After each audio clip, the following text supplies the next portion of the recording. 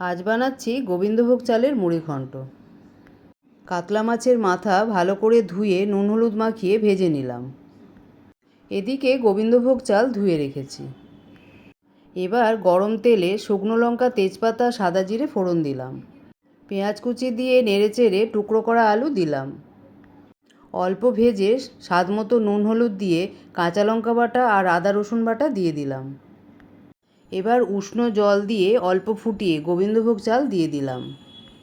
ভালো করে মিশিয়ে কিছুক্ষণ রেখে মাছের মাথা দিলাম। পরিমাণ মতো উষ্ণ জল দিয়ে দিলাম স্বাদ মতো চিনি। উপর থেকে চেরা কাঁচা লঙ্কা আর টমেটো দিয়ে ঢাকা দিয়ে দিলাম। কিছুক্ষণ পরপরই ঢাকা খুলে নাড়াচাড়া করতে হবে। এবার জল শুকিয়ে ভাজা ভাজা হয়ে এলে ওপর থেকে ঘি আর গরম মশলা ছড়িয়ে দিলাম। মুড়িঘণ্ট তৈরি। অবশ্যই বানিও আর জানিও কেমন লাগলো।